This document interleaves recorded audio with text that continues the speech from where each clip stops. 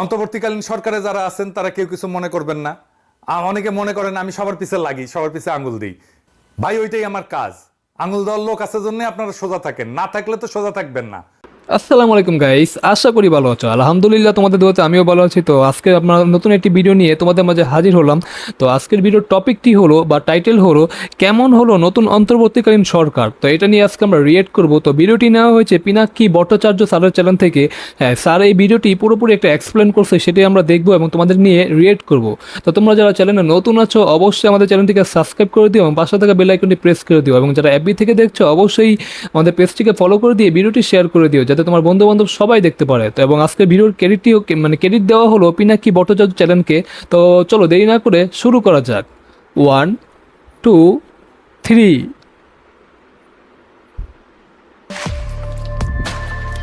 হ্যাঁ, এখানে ইন্ট্রো চলতেছে, মানে স্যারের ভিডিওর ইন্ট্রো। হ্যাঁ, একটু ওয়েট করি। আজকে স্যার এখানে অনেক এক্সপ্লেন করবে, সেটা আমরা দেখবো এবং রিয়েক্ট করব। তো লাইক করে তোমরা শুরু করো, দেখা শুরু করো। হ্যাঁ, ইন্ট্রোটা একটু বড় হয়ে গেছে। শান্তিতে নোবেলজয়ী মোহাম্মদ ইউনূস ফ্রান্সের রাজধানী প্যারিস থেকে বৃহস্পতিবার দেশে ফিরেছেন। ঠিক। তারপর রাত ৯টায় বঙ্গভবনে অন্তর্বর্তীকালীন সরকারের শপথ অনুষ্ঠিত হয়েছে। ঠিক ঠিক। আমরা অভিনন্দন জানাই, সমগ্র দেশবাসী তাদের সাফল্য কামনা করছে। ইনশাআল্লাহ। অনেকে জিজ্ঞাসা করেছেন এই সরকার কেমন হলো। আমি এটা নিয়ে এই এপিসোডের শেষে আলাপ করব। আচ্ছা আচ্ছা। তার আগে কিছু জরুরি আলাপ সেরে নিই। ঠিক। এখানে স্যার নতুন জরুরি যে আলাপ ওইটা করবে, এখন দেখা যাক। আগামী ২-১ দিনের মধ্যে নিশ্চয়ই ডক্টর মোহাম্মদ ইউনূস জাতির উদ্দেশ্যে একটা বক্তৃতা করবেন। আমি সেখানে দুটো প্রশ্নের জবাব খুঁজব। প্রথমত, বাংলাদেশে গত ১৫ বছর ধরে চলমান গণতন্ত্র এবং মানবাধিকার প্রতিষ্ঠার মরণপণ সংগ্রামে তিনি কোথায় কতটুকু ভূমিকা পালন করেছিলেন তা দেশবাসীকে জানাবেন। আচ্ছা আচ্ছা। মরহুম ডাক্তার জাফরুল্লাহ চৌধুরীর মতো অন্যান্য এনজিও সমূহের নেতৃবৃন্দ কেন এমন মৌলিক মানবাধিকারের লড়াইয়ে প্রত্যক্ষ ভূমিকা রাখতে পারলেন না বা পারেন না, সে বিষয়টা ব্যাখ্যা করবেন। এই ব্যাখ্যাটা জরুরি, কারণ এই সরকারের ডিসপ্রপোর্শনেটলি এনজিওর প্রতিনিধিত্ব আছে। ঠিক। লড়াইয়ে নাই কিন্তু পদে আছি, এই ফেনোমেননটার ব্যাখ্যা আমরা চাইতেই পারি ঠিক ঠিক। এই লড়াইয়ের স্টেক হোল্ডার হিসেবে। ঠিক। দ্বিতীয়ত, ৫ তারিখে অগাস্ট বিপ্লব সংগঠিত হওয়ার পরে ওনার ঢাকায় ফিরতে ৭২ ঘন্টা সময় কেন লাগলো, সে ব্যাপারে নিশ্চয়ই তিনি একটা গ্রহণযোগ্য ব্যাখ্যা দেবেন। কারণ যারা তার সাথে যোগাযোগ রাখছিলেন তারা প্রত্যেক দিনই বলছিলেন তিনি বিকেলে আসবেন, সন্ধ্যায় আসবেন, আবার এটা আমরা নিউজে দেখছিলাম, মানে এরকম বলছিল। সমন্বয়হীনতা কেন ঘটেছিল সেটা দেশবাসীর জানার প্রয়োজন রয়েছে। বিলম্বের এই ৭২ ঘন্টায় দেশব্যাপী যে সমস্ত অঘটনগুলো ঘটেছে সেগুলোর দায় কে বা কারা নেবেন? দেশে অরাজকতা চলেছে, কোনো অভিভাবক নেই।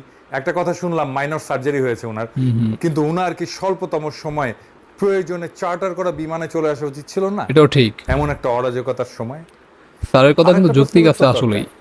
অবৈধ রাষ্ট্রপতি শাহাবুদ্দিন চুপ্পু কর্তৃক ইতিমধ্যে তাড়াহুড়ো করে নিয়োগ বাগানো কর্মকর্তাদের তিনি অপসারণ করবেন। অবৈধ রাষ্ট্রপতি ডক্টর মোহাম্মদ ইউনূসকে এসব বিষয়ে তার অবস্থান দেশবাসীর সামনে স্পষ্ট করতে হবে। আজকের এই অন্তর্বর্তীকালীন সরকার কিভাবে গঠিত হবে সে বিষয়ে গত ৭২ ঘন্টায় যারা আলাপ আলোচনা করে সিদ্ধান্ত নিয়েছেন তাদের সিংহভাগই বিগত ফ্যাসিস্ট সরকারের এবং কর্তা ব্যক্তি। এদের বাইরে গণ অভ্যুত্থানকারী তরুণ নেতৃত্বের অভিভাবক হিসেবে যে সমস্ত ব্যক্তি এতে যুক্ত হয়েছিলেন তারা হাসিনার হাতে ক্ষত বিক্ষত বিকৃত সংবিধানের আওতার মধ্যে থেকেই সবকিছু করার সিদ্ধান্ত নিয়েছেন, যার ন্যায্যতা এবং বৈধতা নিয়ে দেশবাসীকে কোনো কিছু অবহিত করা হয়নি। যেখানে ৭২-এর সংবিধানের মধ্যেই অন্তর্বর্তীকালীন সরকার গঠনের কোনো বিধানই নাই, সেইখানে এই অচল দলিলের মধ্যে গণ অভ্যুত্থানের বিপ্লবী আকাঙ্ক্ষাকে ঢুকিয়ে দিয়ে আইনি মায়ের পেঁচের ব্যাখ্যায় গলা টিপে ধরার অধিকার তাদেরকে কে দিয়েছেন? এমন পরিস্থিতিতে আমরা কখনোই অবৈধ রাষ্ট্রপতি শাহাবুদ্দিন চুপ্পুর তত্ত্বাবধানে একটা শপথ গ্রহণ কার্যক্রমকে অনুমোদন করি না। এই বিপ্লবোত্তর অন্তর্বর্তীকালীন সরকারের কখনই বঙ্গভবনে গিয়ে শপথ গ্রহণ করা উচিত হয়নি। বঙ্গভবনে গিয়ে শপথ গ্রহণ করাকে আমরা নৈতিকতা বর্জিত, আইনগতভাবে অযথার্থ এবং সদ্যমুক্ত বাংলাদেশের জন্য অশোভন বলে মনে করি। এর বিপরীতে জাতীয় শহীদ মিনারে দাঁড়িয়ে শহীদের মহান আত্মত্যাগের প্রতি বিশ্বস্ততার শপথ নিয়ে কাজ শুরু করলে ভালো হতো। ঠিক, এটা আসলে ঠিক। এবং অন্তর্বর্তীকালীন সরকারের সদস্যদের সেখানে শপথ পড়াতে পারতেন আগস্ট বিপ্লবের কোন একজন শহীদের পিতা অথবা মাতা। আর এই গৌরবজনক অনুষ্ঠানটি হতে হতো প্রকাশ্যে খোলা আকাশের নিচে হাজার হাজার প্রতিবাদকারী শিক্ষার্থী জনতার উপস্থিতিতে। সেটাই একজন মাঠের রাজনৈতিক কর্মী আর এনজিওর চিন্তার পার্থক্য। হাসিনা পালানোর পরে ওয়াকার সাহেব আলোচনা করলেন কাদের সাথে? আপনারা জানেন কারা আলোচনা করেছে। আমরা কি দুধভাত? আমরা কেউ না? এই লড়াই আমাদের অবদান নাই, আমাদের স্টেক নাই? আমরা তো মন্ত্রী মিনিস্টার হইতে চাইতেছি না, নাকি ক্ষমতার ভাগ চাইতেছি? আমাদের কথা শুনবেন এই লড়াইয়ের স্টেক হোল্ডার হিসেবে, এইটুকুই তো চাওয়া। এই সহযোদ্ধাদের কথা শোনার টাইম হয় না আপনাদের, গুরুত্ব দেন না, আর আপনারা গণমানুষের কথা শুনবেন। ঘোড়ায় তো হাসবে ভাইজান। ফরাদ ভাই খুব গুছায় বলছেন ভিডিওতে, শুনছেন এই কথাগুলো, শুনে দেখেন। আপনি যে নিজেকে একটা প্রশ্ন করেন, প্রশ্নটা এরকম যে ডক্টর ইউনূস, আমরা একটা ফ্যাসিস্ট ব্যবস্থার বিরুদ্ধে আমরা লড়েছি, ফ্যাসিস্ট শক্তির বিরুদ্ধে লড়েছি, ঠিক আছে? এই ফ্যাসিস্ট যে সংবিধান যেটা আছে, কেমন এই সংবিধানের অধীনে তো লড়াই করিনি, আমরা গণ অভ্যুত্থান করেছি, মূলত সংবিধান বিরোধী কাজ করেছি, ঠিক আছে? এখন কি ডক্টর ইউনূস এই বিদ্যমান সংবিধানের অধীনে, এই বিদ্যমান সংবিধানের যিনি প্রেসিডেন্ট, মানে ফ্যাসিস্ট সংবিধানের যিনি প্রেসিডেন্ট, তার কাছে শপথ গ্রহণ করবেন? কেমন এটা হতে পারে? এটা হতে পারে না। তাহলে আমরা আগের ভিডিওতে আমরা পরিষ্কার করেছি এটা আসলে কিছুতেই এটা হতে পারে না। এবং সেটা হতে গেলে তারা বলছেন যে তিনি হবেন কি প্রেসিডেন্টের উপদেষ্টা, ঠিক আছে না? তিনি কিন্তু গণ অভ্যুত্থানের যিনি প্রধান তা না, কিন্তু তাকে বানানো হবে প্রেসিডেন্টের উপদেষ্টা হিসেবে। আর আমরা বলছি না, তিনি হবেন অন্তর্বর্তীকালীন সরকারের প্রধান। এবং তিনি কার প্রতিনিধি হবেন? তিনি হবেন গণ অভ্যুত্থানের জনগণের সার্বভৌম ইচ্ছার প্রতিনিধি, সকল সংবিধান, সকল আইন যার অধীন। উনি খুবই গুছায় বারবার বলে গেছেন, ওনার কথা শোনা হয় নাই।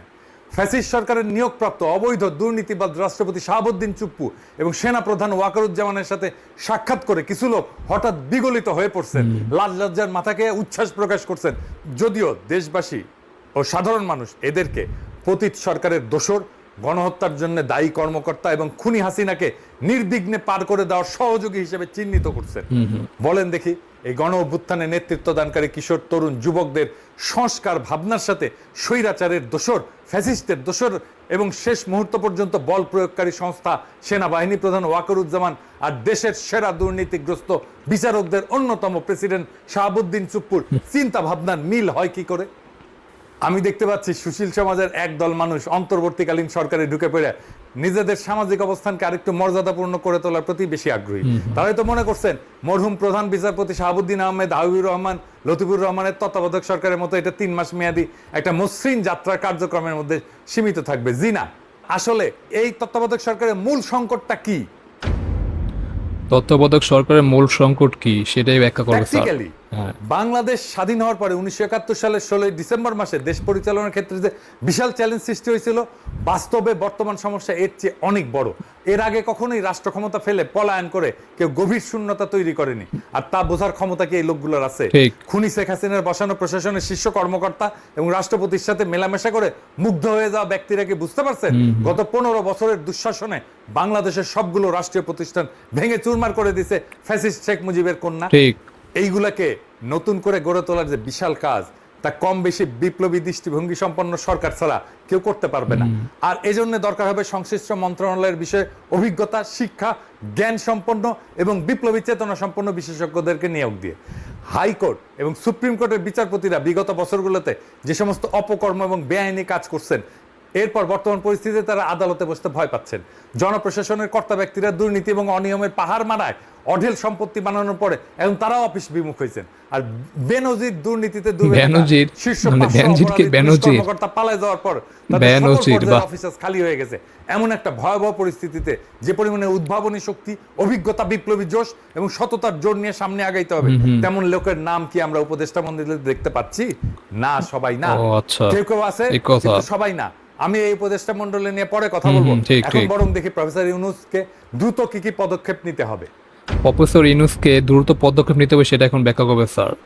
আমরা মনে করি ডক্টর মোহাম্মদ ইউনূসকে অতি দ্রুত 5টা পদক্ষেপ নিতে হবে। আগামীকালই একটা জাতীয় কমিশন ঘোষণা করে এই গণ অভ্যুত্থানের বিভিন্ন পর্যায়ে, মানে হাসিনা সরকার ক্ষমতা নেওয়ার পর হতাহত, গুমের শিকার, নির্যাতিত, ক্ষতিগ্রস্ত, মামলার শিকার, দেশ থেকে বাধ্য হওয়া সকল মানুষের একটা তালিকা প্রণয়ন সম্পন্ন করতে হবে। যাদের অঙ্গহানি ঘটছে, অন্ধত্ব বরণ করছেন, যারা আহত হয়ে যন্ত্রণায় কাটাচ্ছেন, তাদের সর্বোত্তম চিকিৎসার ব্যবস্থা করতে হবে, পুনর্বাসন করতে হবে, নিহতদের পরিবারের পুনর্বাসন করতে হবে। মনে রাখতে হবে তিনি মানে প্রফেসর ইউনূস বর্তমান প্রশাসনের বিভিন্ন পর্যায় থেকে বাধার মুখে পড়বেন। আচ্ছা, সেই জন্য দ্রুত আইন শৃঙ্খলা পরিস্থিতির উন্নতি সাধনের জন্য আগামী 24 ঘন্টার মধ্যে তাকে সারা দেশের সকল পর্যায়ে বৈষম্য বিরোধী সংগ্রাম কমিটি গড়ে তোলার ডাক দিতে হবে। পুলিশ বিভাগের সকল সদস্যদেরকে তাদের কর্মস্থলে ফিরে আসার আহ্বান জানানোর পাশাপাশি স্থানীয় জনগণকে তাদের নিরাপত্তা বিধানের জন্য অনুরোধ করতে হবে। তারপর যৌথভাবে জনসম্পৃক্ত পুলিশ ব্যবস্থা গড়ে তোলার কঠিন কাজ শুরু করা যাবে। পুলিশকে আমূল সংস্কার করতে হবে, সংস্কার করতে হবে মিলিটারিকে, সংস্কার করতে হবে আমলাতন্ত্রকে, সংস্কার করতে হবে জুডিশিয়ারিকে। ঠিক। আগামীকাল থেকে সকল কলকারখানা চালু করে টানা 6 দিন উৎপাদন চালায় যেতে হবে। 6 মাসের জন্য সরকারি সাপ্তাহিক ছুটি 2 দিনের জায়গায় 1 দিনে নামায় আনতে হবে। শনিবার থেকে সকল শিক্ষা প্রতিষ্ঠান খুলে দিতে হবে এবং বিগত আন্দোলন সংগ্রামের কারণে পাঠ গ্রহণ এবং শিক্ষার যে ক্ষতি হয়েছে তা পূরণের জন্য প্রয়োজনীয় উদ্যোগ নিতে হবে। দরকার হলে এক্সট্রা ক্লাস করাইতে হবে। স্কুলের পাঠ্যক্রম নিয়ে অভিভাবকদের বড় ধরনের কনসার্ন আছে, এগুলোর অসঙ্গতি নিয়ে আমি ভিডিও করছি। 7 পর্বের করার কথা, আমি বাকিগুলো করব, 3টা বোধহয় করছি, কাজ আগায় দিছি। এইগুলা সংস্কার করতে হবে, বইগুলো সংস্কার করতে হবে। খাদ্য নিরাপত্তা নিশ্চিত করার জন্য কৃষি খাতকে সর্বোচ্চ গুরুত্ব দিয়ে সরকারকে অতি দ্রুত কাজে নামতে হবে। প্রয়োজনীয় ভর্তুকি নিশ্চিত করে সকল কৃষি পণ্য শস্য উৎপাদনের বাম্পার ফলন ঘটাতে হবে। মৎস্য সম্পদ, গবাদি পশুপালন এবং উৎপাদনে জোর দিয়ে দেশে প্রোটিন সংকট কাটায় তুলতে হবে। প্রোটিনের বিকল্প উৎস খুঁজে বের করতে হবে। গার্মেন্টস সহ সকল খাতের শ্রমিকদের ন্যায্য মজুরি নিশ্চিত করার জন্য শীঘ্রই একটা কমিশন গঠন করতে হবে। গার্মেন্টস শ্রমিকদের ন্যূনতম মজুরি তাদের দাবি মতো নিশ্চিত করতে হবে। পাশাপাশি প্রবাসী শ্রমিকদের সুযোগ সুবিধা স্বার্থ রক্ষার জন্য সরকারের কি কি করণীয় তা চিহ্নিত করে কার্যকর ব্যবস্থা গ্রহণের মাধ্যমে বৈদেশিক মুদ্রা অর্জনের পথ সুগম করতে হবে। আর আমরা রেমিটেন্স বয়কট করছিলাম হাসিনার শাসনে, আমরা এখন আবার রেমিটেন্স পাঠাবো, সারা দুনিয়া থেকে পাঠাবো। ব্যাংকিং চ্যানেলে রেমিটেন্স পাঠাবো, ব্যাংকিং চ্যানেলের বাইরে কোনো রেমিটেন্স যাবে না। সার্বজনীন স্বাস্থ্য সেবা নিশ্চিত করতে হবে। আয় অনুসারে স্বাস্থ্য সেবা একজন ব্যয় করবে, যার আয় যত কম তার স্বাস্থ্য সেবা ব্যয় তত কম হবে। যার আয় নাই তার ব্যয় হবে 0 টাকা, তার কোনো খরচা হবে না। বাংলাদেশের স্বাস্থ্যসেবার মান বাড়াতে হবে যেন কেউ ভারতে চিকিৎসার জন্য না যায়। বাংলাদেশের স্বাস্থ্যসেবার মান উন্নত হচ্ছে কিনা তার একটাই প্যারামিটার আমাদের কাছে, প্রত্যেক মাসে মাসে ভারতে চিকিৎসার জন্য কতজন যাচ্ছে সেটার হিসাব রাখতে হবে পুঙ্খানুপুঙ্খভাবে। এইটার সংখ্যা যদি কমে তাইলে আমরা বুঝবো বাংলাদেশের চিকিৎসা সেবার মান উন্নত হচ্ছে। বাংলাদেশে ওয়ার্ক পারমিট ছাড়া যে সমস্ত ভারতীয় কাজ করতেছে তাদের চিহ্নিত করে বিতাড়িত করতে হবে। এবার আসেন আমরা এই অন্তর্বর্তীকালীন সরকারটাকে নিয়ে একটু দেখি। হ্যাঁ স্যার, এখন অন্তর্বর্তীকালীন সরকারকে নিয়ে মানে আলোচনা করবে, দেখি। অন্তর্বর্তীকালীন সরকারে যারা আছেন তারা কেউ কিছু মনে করবেন না। অনেকে মনে করেন আমি সবার পিছে লাগি, সবার পিছে আঙুল দিই। ভাই ওইটাই আমার কাজ। আসলে আঙুল দেওয়ার লোক আছে জন্য আপনারা সোজা থাকেন, না থাকলে স্যার কথা আসলে যুক্তি আছে। আমার সাথে কারো কোনো কিন্তু ভাই আপনাদের ব্যক্তিগত কোনো ঝামেলা নেই, কোনো শত্রুতা নাই, হ্যাঁ, আর কোনো ঈর্ষাও না। প্রফেসর ইউনূস নিজে জানেন আমি কি করি, উনি জানেন। হ্যাঁ, ওনাকে জিজ্ঞেস করে নিয়েন আপনারা। হ্যাঁ ঠিক, তাই উনি ওনার কাছে শুনে নিয়েন যে আমার আদৌ আপনাদেরকে ঈর্ষা করার কোনো কারণ আছে কিনা, বুঝছেন? জি জি জি। যাই হোক, জুলাই আগস্ট 2024 একটা বিপ্লব হয়েছে, বিপ্লবে বিজয়ীরা সরকার গঠন করছে। এই সরকারে যারা আছে তারা সবাইকে আন্দোলনের সাথে প্রত্যক্ষভাবে যুক্ত ছিল, এই আন্দোলনের স্পিরিটের সাথে অ্যালাইন্ড।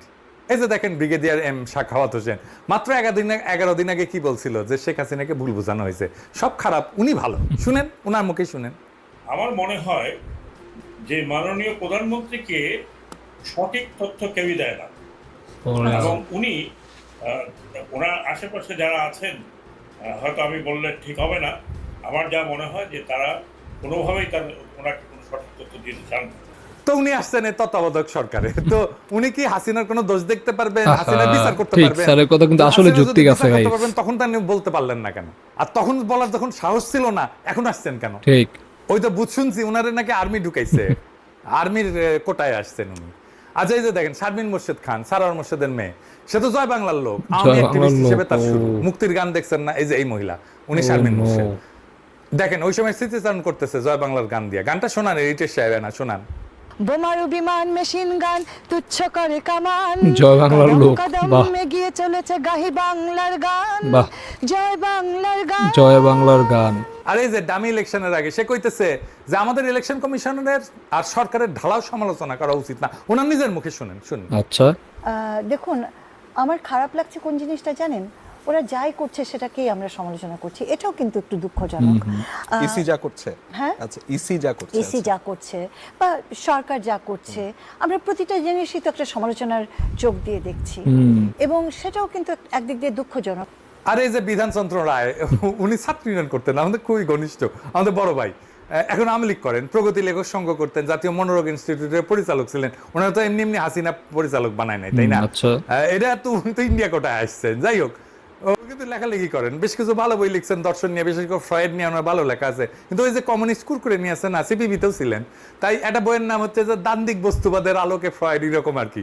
হ্যাঁ, exactly আমার মনে নাই এইরকমই নাম হবে আর কি। পড়তে গেছিলাম, পড়তে পারিনি, ভালো লাগে নাই আর কি, কিছু হয় নাই।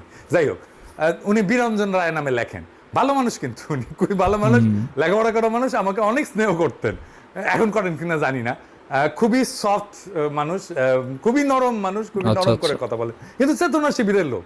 এই তো 3 জন খাস চেতনা শিবিরের লোক দেখাই দিলাম, ঢুকাইলাম তখন যুক্তিতে। আবার দেখেন আসিফ নজরুল ভাই, রেজওয়ান হাসান, আসিফ নজরুল ভাই আমার কিন্তু ঝাড়ছে, আমি রেজওয়ান হাসানের কবে নাকি ঝাড়ছিলাম। যাই হোক, মাইন্ড করেন না আবার। শুভ্র ভাই, হাসান আরিফ, 4 জনই তো আইনজীবী, 16 জনের মধ্যে 4 জন হচ্ছেন আইনজীবী, 25%, ডিসপ্রপোর্শনেটলি হাই। ডাইভার্সিটি আছে, কোনো ডাইভার্সিটি নাই। তো এটা কি হয়েছে? প্রফেসর ইউনূস তো ডাইভার্সিটির লোক, আর এইখানে কোনো ডাইভার্সিটি নাই। উনার মন্ত্রিসভায়, উনার উপদেষ্টা মন্ডলীতে ডাইভার্সিটি নাই, 4 জন আইনজীবী। তো ওনাদের প্রফেশনাল এক্সপার্টাইজ কিভাবে কাজে লাগবে? 4 জন আইনজীবীকে নিয়ে কি করবেন? 4 জন যদি 4 প্রফেশনাল এক্সপার্টাইজার হইতো, তাহলে ডাইভার্সিটি থাকতো না, ঠিক এটা সমৃদ্ধ হইতো না উপদেষ্টা পরিষদ। এটা বড় উইকনেস কিন্তু এই উপদেষ্টা পরিষদ। আসলে আসিফ নজরুল ভাই বলছিলেন যে আপনারা খুশি হবেন এই সরকার দেখে, ভাই এইটা কি এটা সিনেমা আছে, নায়ক নায়িকাদের দেখে পাবলিকের অর্গাজম হবে? এটা হাইলি পলিটিক্যাল একটা ফরমেশন, অনেক ত্যাগ এবং রক্তের বিনিময়ে পাওয়া একটা রাজনৈতিক পরিবর্তনের স্পিরিটেড ফিজিক্যাল এমবডিমেন্ট। সেটা কি হয়েছে? আমি উত্তর দিব না, আমি এখানে জাজমেন্ট করব না। আপনি আপনাদের এই যে নিউজগুলোর নিচে যেগুলো আসে পত্রিকায়, তার কমেন্ট বক্সগুলো পড়েন, তাহলে বুঝবেন কতটুকু পূরণ হয়েছে এই উপদেষ্টা পরিষদে। অনেকের রিজার্ভেশন আছে ছাত্রদের উপদেষ্টা পরিষদে নেওয়ার ক্ষেত্রে। আমি মনে করি যে এইটা একটা পজিটিভ কাজ হয়েছে এবং এটা একটা ইন্টারেস্টিং এক্সারসাইজ হয়েছে, এটার জন্য আমি অভিনন্দন জানাই। এই এক্সপেরিমেন্ট যদি সফল হয়, তাহলে বাংলাদেশের রাজনীতির চেহারা কিন্তু পাল্টে যাবে। এই এক্সারসাইজটা খুব ভালো হয়েছে। এক্সপেরিমেন্টটা সফল হলে তরুণদের ব্যাপকভাবে রাজনীতিতে আকৃষ্ট করা যাবে, ঠিক। এবং আমি মনে করি এই এক্সপেরিমেন্ট সফল হবে। আসলেই এরপরেও সব সীমাবদ্ধতা সত্ত্বেও আমাদের পূর্ণ সমর্থন আর সহযোগিতা থাকবে। এইটা মনে করেন না যে আমরা বেশিং করবো, আন্দাজে আমরা আপনাদের সমালোচনা করবো, তা না। আমরা কনস্ট্রাকটিভ ক্রিটিসিজম করবো, অব্যাহত থাকবে। আপনাদের বিরোধী দল থাকার দরকার আছে না, আমাদেরকে ধরে নেন না বিরোধী দল, দেখবেন মাঝে মাঝে কি কইতেছি আপনাদের নিয়ে। লক্ষ্য একটাই, বাংলাদেশের নাগরিকদের যে অধিকার কেড়ে নেওয়া হয়েছিল, সেই অধিকার আবার তাদের হাতে ফিরে দেওয়া, সেটা আমরা একসাথেই দেব। আপনারা সরকারে থেকে দেবেন, আমরা সরকারের বাইরে থেকে দেব। আমরা আপনাদের সমালোচনা করব, আপনারা যেন সঠিক রাস্তায় থাকেন, আপনারা যেন দানব হইয়া না ওঠেন, আপনারা যেন নিজেদেরকে মেলা কিছু বহুত কিছু তালেবর সবার চেয়ে বেশি বুঝেন, এটা যেন না মনে করেন। যাই হোক, আপনাদের শুভকামনা করি, আপনাদের বিজয় কামনা করি, এবং আপনাদের নেতৃত্বেই আমরা আছি। ইনকিলাব জিন্দাবাদ। তো গাইজ, ভিডিওটি এখানে শেষ হয়ে গেল, কিন্তু দেখছো মানে কি বলে পিনাকি স্যার, উনি এমনভাবে আলোচনা করছে, মানে আমার এখানে আর ব্যাখ্যা করা কোনো কিছুই নেই, কারণ উনি A to Z মানে সরকারটা কেমন হলো, সরকারে কি কি করা দরকার, কিভাবে করলে দেশের উন্নয়ন হবে, কিভাবে করলে শেখ হাসিনার থেকে আমরা মানে বিরত থাকতে পারি বা স্বৈরাচার এইসব বিরত থাকতে পারি, উনি কিন্তু সব এক্সপ্লেন করে দিচ্ছে। মানে এত সুন্দরভাবে এক্সপ্লেন করছে, আমি দেখি তার কথা শুনে আমি নিজেই মুগ্ধ হয়ে গেছি। মানে আমি কি বলবো, মানে তার একজন ফ্যান হয়ে গেছি বলা যায়। তো তোমাদের কাছে ভিডিওটি কেমন লেগেছে অবশ্যই তোমরা কমেন্ট করো, কারণ আমার এখানে আর এক্সপ্লেন করা কিছুই নেই, কারণ ওনার মতন একজন জ্ঞানী মানুষ, আমি তার কাছে ছোট্ট একটু নগণ্য মানুষ, কারণ আমি জ্ঞান নাই বললে চলে। কারণ উনি যা এক্সপ্লেন করছে এটা আমি শুনে আমি নিজেই অবাক, কারণ উনি যা বলছে আসলে ওনার কথা যুক্তিত্ব আছে, প্লাস A to Z পুরোপুরি মিল। তো আশা করি তোমাদের কাছে ভিডিওটি ভালো লেগেছে, আর ভালো লাগলে অবশ্যই লাইক করতে বলো না, আর তোমাদের বন্ধু বান্ধবের কাছে ভিডিওটি শেয়ার করে দিও, যাতে তোমার বন্ধু বান্ধব সবাই ভিডিওটি দেখতে পারে। আর যারা ইউটিউব থেকে দেখছো তারা অবশ্যই আমাদের চ্যানেলটিকে সাবস্ক্রাইব করে দিও, আর যারা FB থেকে দেখছো অবশ্যই পেজটিকে ফলো করে ভিডিওটি শেয়ার করে দিও, যাতে বন্ধু বান্ধব সবাই দেখতে পারে।